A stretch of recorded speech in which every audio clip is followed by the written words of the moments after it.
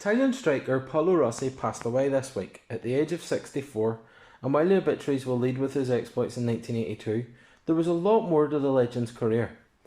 Born in 1956, Rossi began his career with Juventus, but his first team opportunities were limited due to his age and multiple knee injuries that meant the bulk of his appearances came in the Coppa Italia. In 1975-76, he was loaned to Como, where he made his Serie A debut, but he played on the right wing and failed to make much of an impact. In 1976, he went to Vicenza on a co-ownership deal, and it was with Bianco Rossi that he really made his breakthrough. 21 league goals were enough to see him win the award for top goal scorer and Vicenza the Serie B title. Rossi carried that momentum into Serie A and scored 24 goals, which won him the Capocannoniere for the 1977-78 season, and helped newly promoted Vicenza to second in the league behind Juventus. That form earned him a place in the Italian squad for the 1978 World Cup, and while most people will remember him for his performances 4 years later, he also had a huge impact in 1978. He played in a mobile front three with Franco Cosio and Roberto Bettiga, which caused all kinds of problems for opposing defences. In the end, he scored 3 goals and set up 4, which earned him a place in the team of the tournament and the Silver Ball as the second best player in the competition after Mario Kempes of Argentina, whose 6 goals helped the hosts win the tournament. As Rossi was co-owned by Juventus and Vicenza, the clubs had to bid for full ownership of the player, and Juve actually paid a world record fee at the time of around 1.75 million, a record that would stand until 1982 when Diego Maradona left Boca Juniors for Barcelona. Rossi had another decent season with Vicenza in 1978-79, scoring 15 goals in Serie A, but he had some issues with injuries and his goals weren't enough to keep Vicenza up, so he was loaned to Perugia in 1979-80, where he managed 13 league goals before he was caught up in the Tottenero scandal.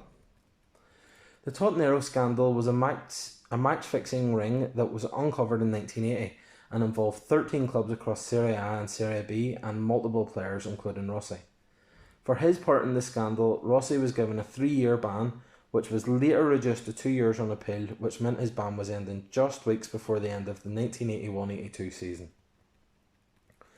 Rossi scored 1 goal in 3 games for Juve, who won the title, and earned a place in the Azzurri squad for the World Cup in Spain, despite most observers considering him to be in poor physical condition. Rossi didn't do a lot to prove his detractors wrong, as Italy struggled to 3 draws against Poland, Peru and Cameroon, which meant they went into a group with Brazil and Argentina in the second round, with only the group winners going through to the semi-finals. Both Italy and Brazil beat Argentina to set up a winner-takes-all clash in the final group game, although Brazil had won by the bigger margin, meaning Italy needed to win to progress. Despite growing opposition back home, Rossi started again, and it was against the Brazilians that he finally sparked into life. He scored on the 5th and 25th minutes, either side of a Socrates goal, to give Italy a half-time lead, but a Falcao goal threatened to send the Azzurri home before Rossi completed his hat-trick, which earned Italy a semi-final spot and the 1982 Brazil team the title of the best team ever not to win a World Cup. In the semi-finals, Poland were defeated 2-0, with Rossi proving that his display against Brazil wasn't a one-off by scoring both goals to send the Azzurri to the final against West Germany.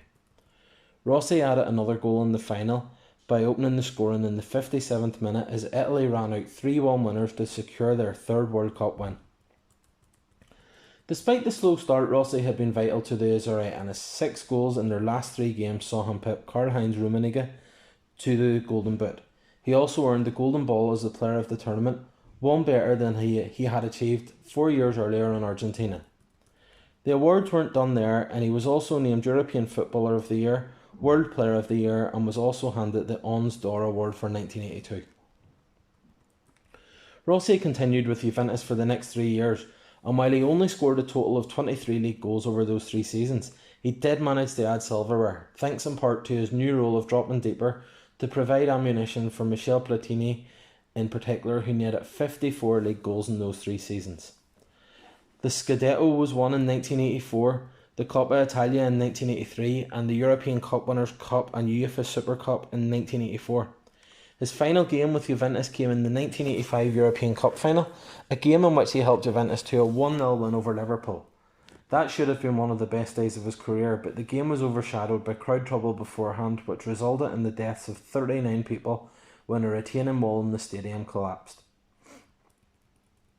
He moved to Milan for the 1985-86 season and only scored 2 league goals for the Rossoneri, although they were memorable as they came against Inter in the Derby della Madonnina.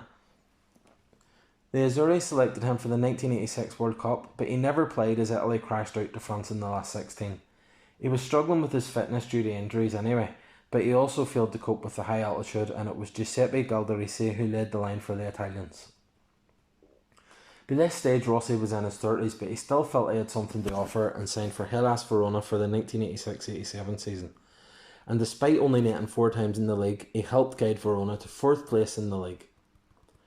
Rossi decided to call it a career after that season in Verona and went into real estate, but he kept himself involved in football, working as a pundit for various Italian sports channels, and even had a stint as a vice president of AS Piscina Valle del Giovinco, who were in the 3rd tier of Italian football at the time. As well as the honours he won on the field, Rossi has also received multiple awards since retirement. He was named by Pele as one of the best 125 living footballers of all time as part of the FIFA 100 celebrations in 2004, and was 12th in UEFA's Golden Jubilee Awards, which determined the best European footballers of all time. He has also been named as a Golden Foot football legend, and in 2016 he entered the Italian Football Hall of Fame. In his later life, Rossi was diagnosed with lung cancer and sadly succumbed to the disease on the 9th of December 2020.